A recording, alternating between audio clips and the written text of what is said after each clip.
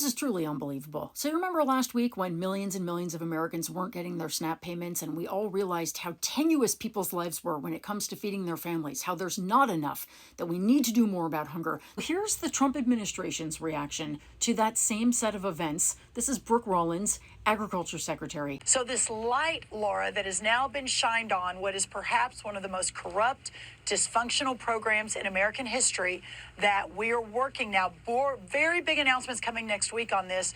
We are cracking down. We now have a plan to fix. That's right. Her takeaway, and the takeaway of everyone in the Trump administration, is that SNAP is one of the most corrupt programs in American history, and that they've got a plan for it. Just like they have a plan for healthcare, which is to gut it with no replacement.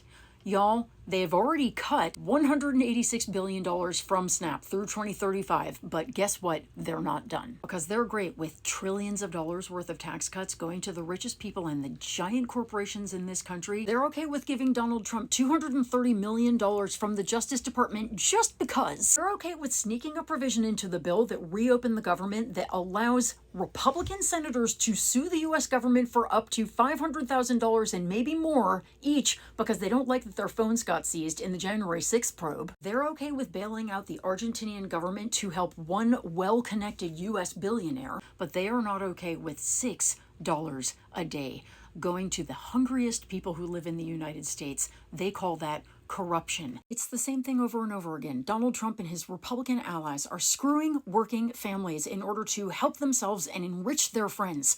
Period. From the attacks on SNAP and the ACA to the massive cover-up of the Epstein scandal, never forget their cruelty. Never forget how little they care about you or your children. Never forget, America, we deserve better.